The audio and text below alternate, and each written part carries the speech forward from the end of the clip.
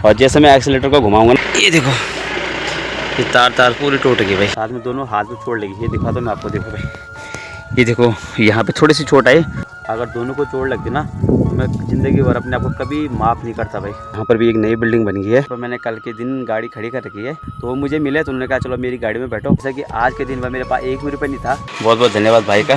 धुआं देखो कैसे उड़ा आसमान में भाई, इतनी भयंकर आग लग रही है। लेकिन जो भी है गुजारा हो रहा है। मैं भी सोच रहा हूँ कहीं ना कहीं काम मिल जाए तो अच्छी बात है। ये भी किसी किस्मत से कम नहीं है भाई। और नरसिंह देवता की कृपा थी। अगर आदमी के पास पैसा नहीं होगा ना तो वो डर डर के खर्च करता है। कुछ बड़ा नुकसान नहीं हुआ तो सपने में भी नहीं सोच सकता हूँ। जय श्री राधे। सबसे पहले आप सभी को मेरा प्यार भरा नमस्कार। मेरा नाम रवि गोसाई और स्वागत है आप सभी का देवभूमि उत्तराखंड के हमारे खूबसूरत गांव पैरार गांव से। सुबह के करीब 11 बज रहे हैं और मेरी तैयारी हो रही है पैठानी मार्केट जाने की। अभी के टाइम पे मैं पहुंच चुका हूं अपने गांव के चुपड़िया धार में। कल के ब्लॉग में आप लोगों ने देखा ही होगा कि मेरी स्कूटी ख़राब हो गई थी और स्कूटी अभी बनास गाँव में है। तो अभी मैं यहाँ से जाऊँगा पैदल बनास गाँव तक और वहाँ से स्कूटी को लेके जाऊँगा पैठानी मार्केट तक। बनास गांव से और डिग्री कॉलेज तक तो स्कूटी बढ़िया से चली जाएगी न्यूट्रल में, लेकिन वहाँ से थोड़ी बहुत चढ़ाई है, वहाँ से धक्का मारना पड़ेगा। बाकी पहाड़ों में देखो आप बढ़िया वाली धूप लग रही है। आज एक चीज़ बढ़िया है कि बीच बीच में तेज़ हवाएं भी चल रही है, जिस कारण की धूप महसूस नहीं हो रही है। तो गैरेज में जाके ये पता चलेगा कि गाड़ी पे कितना खर्चा आ रहा है। ये वाली रोड चलेगी है पल्लेश्वर मार्केट, कोटेश्वर मंदिर और बड़ेद गाँव के लिए, और इस तरफ से चलेगी हमारे गाँव पैलार के लिए। ये वाली रोड है पैठानी के लिए। इसी रोड से जाऊँगा पैदल और ठीक सामने है बनास गाँव। सफर में अगर आपके साथ कोई हो ना, कोई दोस्त वगैरह, तो रास्ते का पता नहीं चलता है। अकेले रहता है ना आदमी तो रास्ता काफ़ी लंबा लगता है भाई। तो ये रोड ख़राब हो रही थी ना, इसकी भी रिपेयरिंग हो गई है। 1 महीने पहले इसका भी काम हो गया भाई। तो बिल्कुल गड्ढे गड्ढे हो रखे थे हर जगह में, लेकिन अभी रोड भी बढ़िया हो गई है। यहाँ से लेकर ठीक हिमालय धार तक भी। अभी थोड़ा बहुत यहाँ से रास्ता नीचे की तरफ है, ढलान की तरफ, तो थोड़ा तेज़ चलते हैं भाई, यानी कि दौड़ के चलते हैं। थोड़ा बहुत कसरत भी हो जाएगी और आदमी जल्दी भी पहुँच जाएगा। काफ़ी टाइम से ना दौड़ भी नहीं लगाई है, जिस वजह से सांस भी फूल रही है भाई।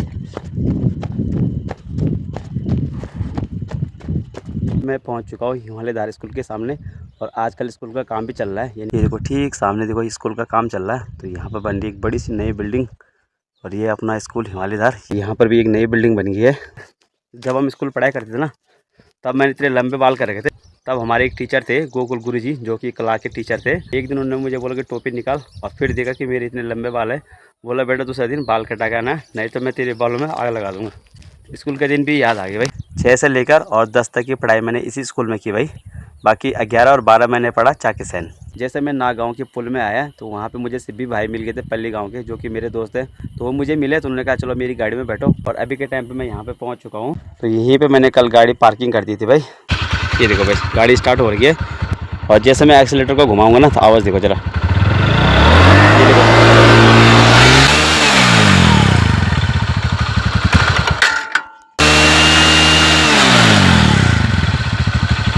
ये देखो भाई कुछ इस तरह से आवाज़ आ रही है, खतरनाक वाली आवाज़ आ रही है।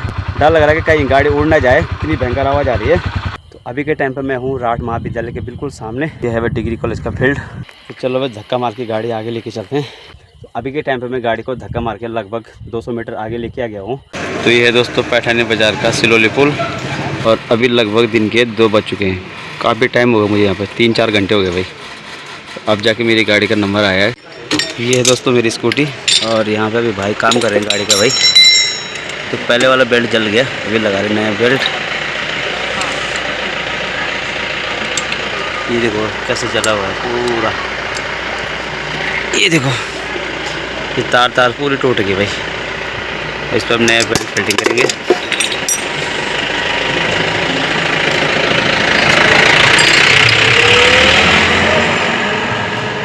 ये देखो देखो कैसे चली हुई, देखो पूरी गाड़ी का बेल्ट चल रखी है। ये देखो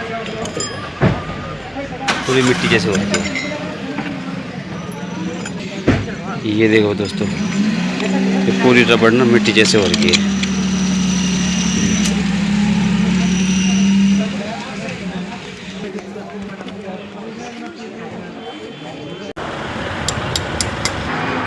ये बस ये लगा दी नई बेल्ट। नई क्या, ये भी सेकंड हैंड ही है। तो जो नया बेल्ट है वो 1 हफ्ते बाद लेंगे।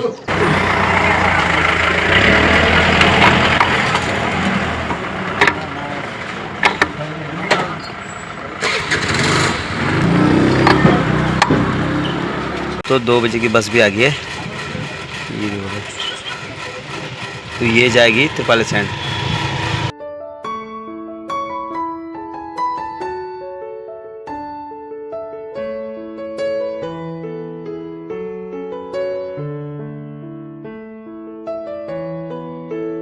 और ये हमारे भाई जी जिन्होंने हमारी गाड़ी बनाई, बहुत बहुत धन्यवाद भाई का। इन्होंने हमसे पैसे भी नहीं लिए बेल्ट का भाई, वैसे वो सेकंड हैंड बेल्ट था लेकिन फिर भी पैसे नहीं लिए। बहुत बहुत धन्यवाद भाई आपका। रवि गुस्सा नाम है, ठीक है भाई। ओके, ये है दोस्तों अपनी गाड़ी तो टकाटक होगी भाई। गाड़ी तो एकदम मस्त बन गई भाई। अभी के टाइम पे मैं बनास गाँव से थोड़ा नीचे पहुँच चुका हूँ और यहाँ पर भयंकर वाली आग लगी है।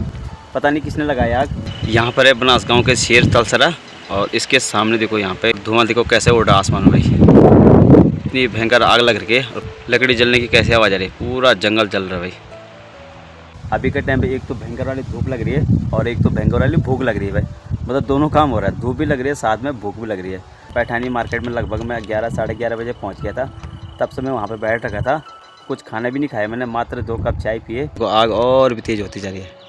एक तो जंगल को काफ़ी नुकसान होता है, जो भी पेड़ पौधे हैं सारे जल जाते हैं। और दूसरी बात यह है कि जानवरों का ज़्यादा डर रहता है। जो भी जंगली जानवर जंगल में होंगे तो आग लगने की वजह से वो गांव की तरफ आ जाते हैं, जिस वजह से गांव में काफ़ी खतरा रहता है। जैसे कि यहाँ पे आग लगी हुई है और अब जो भी जंगल में बाघ वगैरह होंगे ना, वो आप गाँव की तरफ आएंगे। मैं हूँ नागधार में और नागधार के आगे एक पुल है जो कि हिमालयधार और नागधार के बीच में है। तो वहाँ पर एक विशाल सा पेड़ है भाई, तिमला का पेड़, और इसी पेड़ के नीचे हूँ मैं भी। तो यहाँ पे बहुत सारे तिमले गिरे हुए हैं भाई। और आपके यहाँ तो पता नहीं क्या बोलते हैं, लेकिन हमारे यहाँ तिमला बोलते हैं। चलो आपको भी दिखाते हुए तिमला कैसे होता है। ये है दोस्तों बड़ा सा पेड़ तिमला का, ये है तिमला। इसको खाते भी हैं और इसकी चटनी भी बनती है ज़बरदस्त। इतने सारे तिमले गिरे हुए हैं भाई। 1-2 तिमला निकालते हैं और इनको खाते हैं। तो लाल वाला निकालेंगे जो बिल्कुल लाल हो रखा है, जैसे ये हो गया, ये अभी अभी गिरा शायद। तो तिमला खाने का बहुत मन था और बहुत सारे तिमले गिरे हुए हैं। पूरे तिमले सूख रखे हों तो उनको खाने का मन भी नहीं कर रहा है। मैंने कहा 1-2 पके होंगे तो खा लेंगे, लेकिन लाल तो हो रखे हैं लेकिन अंदर उनका बिल्कुल भी नहीं पक रखा है, जिस वजह से मैंने खाया भी नहीं भाई। अभी हूँ मैं अपने गांव के चुड़ियाधार में और यहाँ पे चल रही मस्त वाली हवा। थोड़ी देर यहाँ पे बैठते हैं, हवा खाते हैं। बाकी इस तरफ है दौला गाँव, जहाँ के हैं हमारे सचिन पुसोला जी, और ये डोबरा गाँव और ऊपर की तरफ सिरतौली गाँव। 10 मिनट यहाँ पर आराम करते हैं और उसके बाद चलते हैं घर के लिए। यहाँ पे हवा भी बढ़िया वाली चल रही है और 1-2 बढ़िया सी फ़ोटो भी खिंचा लेते हैं, 1-2 इंस्टाग्राम की रील भी बना लेते हैं। ऐसा टाइम भी बार बार नहीं मिलता भाई। शाम के करीब 6 बज रहे हैं और मैं आ रखा हूँ गाय बकरी को चराने के लिए। गाड़ी तो बस टकाटक बन गई और जो गाड़ी पे हमने बेल्ट लगा रखी है वो सेकंड हैंड बेल्ट लगा रखी है, क्योंकि उनके गैरेज में भी नया बेल्ट नहीं था और उन्होंने 1-2 गैरेज में और भी पूछा तो उनके पास भी नया बेल्ट नहीं था, जिस वजह से भाई सेकंड हैंड बेल्ट लगाना पड़ा। जो सेकंड हैंड बेल्ट लगाया ना वो भी उन्होंने पापों से किसी से मंगाए भाई। बाकी उन्होंने मेरे से 1 भी रुपया नहीं लिया, अपनी तरफ उन्होंने बेल्ट लगाया। उन्होंने कहा जब तक ये बेल्ट चल रहा है तो चलने दो, बाद में जब आपको चेंज कराना होगा तो आप नया बेल्ट चेंज करा सकते हैं। बहुत बहुत धन्यवाद कालू भाई और उनके मैकेनिक है जिन्होंने मेरे से 1 भी रुपया नहीं लिया। मैकेनिक भाई भी ये ब्लॉग देख रहे होंगे क्योंकि उन्होंने भी मेरे चैनल को सब्सक्राइब कर दिया, तो बहुत बहुत धन्यवाद भाई आपका। अगर यही मैं नया बेल्ट लगाता तो शायद 1000 रुपये तक बिल बन जाता। जो एक्टिवा पर बेल्ट लगती है ना वो लगती है लगभग 500-600 रुपये की, और जो एंटोर में लगेगी शायद 700-800 रुपये की लगेगी।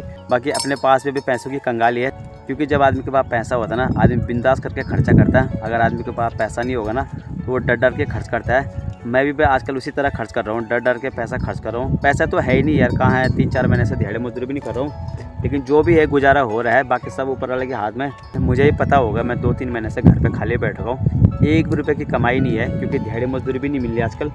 लेकिन काम तो चलो चल ही रहा है, जैसे भी चल रहा है, लेकिन मुझे भी अच्छा नहीं लग रहा खाली बैठना भाई, क्योंकि मुझे आदत पड़ी हुई है काम करने की। तो खाली बैठ कर मुझे भी अच्छा नहीं लग रहा है। मैं भी सोच रहा हूँ कहीं ना कहीं काम मिल जाए तो अच्छी बात है। बाकी दोस्तों आप लोगों के बीच में एक खुशखबरी भी आने वाली है। मतलब कुछ अच्छे काम हो रहे हैं, कुछ गलत काम हो रहे हैं, पर समझ में नहीं आ रहा है क्या हो रहा है।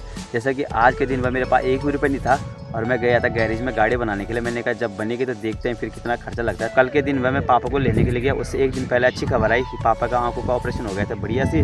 फिर कल के दिन जब मैं पापा को लेके वापस आ रहा था, बनास में आते आते गाड़ी पूरी तरह ख़राब होगी। जब आज के दिन मैं गाड़ी बनाने के लिए पैठानी गैरेज में गया तो मुझे लग रहा था कि आज के दिन में 1000 रुपये का खर्चा तो होने ही वाला है। लेकिन किस्मत देखो जरा भाई, फ्री में काम हो गया। मतलब सेकंड हैंड बेल्ट भी मिल गई और गाड़ी भी चालू होगी और पैसा भी नहीं लगा। तो ये भी किसी किस्मत से कम नहीं है भाई।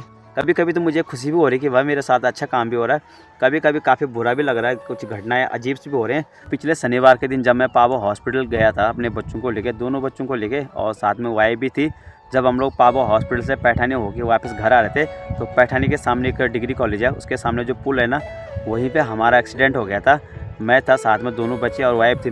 जब हमारा एक्सीडेंट होगा, गाड़ी नीचे गिर गई, तो मैं पूरी तरह से डर गया था। भाई मुझे डर लग रहा था कि आज मेरे बच्चों के साथ क्या हुआ। मैंने देखा भी नहीं बच्चों की तरफ, क्योंकि मैं इतना डर गया था। मुझे लग रहा था कहीं ना कहीं मेरे बच्चों को बहुत सारी चोट आई है। लेकिन देखो किस्मत, देखो भाई ऊपर वाले का आशीर्वाद था और नरसिंह देवता की कृपा थी कि हमारे बच्चों को कुछ भी नहीं हुआ। भाई जो छोटा वाला बच्चा था ना, उसको तो बिल्कुल एक भी चोट नहीं लगी भाई। और मेरी वाइफ को भी थोड़ा सा उसके पैर में मोच आया। लेकिन जो मेरा बड़ा वाला बेटा था सुब्बू, उसके हाथ में थोड़ी सी चोट लगी, हल्की से रगड़ लगे। और मेरे घुटने में भी चोट लगी, पैंट भी फटी, कंधे पे भी चोट लगी और साथ में दोनों हाथ में चोट लगी। ये दिखा तो मैं आपको, देखो भाई, ये देखो यहाँ पे थोड़ी सी चोट आई और इस वाले घुटने में मेरी चोट लगी। ऊपर वाले की कृपा थी, कुछ ज़्यादा चोट नहीं लगी, कुछ बड़ा नुकसान नहीं हुआ। तो सपने में भी नहीं सोच सकता हूँ कि भाई मेरे दोनों बेटों का एक्सीडेंट हो गया था। अगर दोनों को चोट लगती ना, तो मैं ज़िंदगी भर अपने आप को कभी माफ़ नहीं करता भाई। लेकिन सब कृपा है दोस्तों भोले बाबा की और नरसिंह देवता की, जिनके आशीर्वाद से हम सब लोग बच गए भाई। बाकी दोस्तों आप लोगों का आशीर्वाद भी था और आप लोगों का प्यार भी था, जिस वजह से हमको बिल्कुल भी चोट नहीं लगी भाई। बाकी गाड़ी तो हम हमेशा चलाते हैं, लेकिन कभी कभी चांस आ ही जाता है। ठीक सामने की तरफ सूरज ये भी रोज़ की तरह सनसेट होने वाले हैं। धीरे धीरे अब चारों तरफ परछाई आने लगी है। तो आज की वीडियो यहीं पे क्लोज करते हैं। अगर वीडियो पसंद आए तो वीडियो को लाइक करना, शेयर करना, सब्सक्राइब करना। मिलते हैं आपको एक अगली नई वीडियो के साथ। तब तक आप लोग अपना ख्याल रखिए। बाय दोस्तों, टेक केयर। ये देखो इतनी सारी मूली है और ये मम्मी लेके आई अभी खेत से निकाल के। तो ये है वह घर की ताज़ी मूली, पत्ते तोड़ के अलग कर दिए हमने, ये देंगे बकरियों को।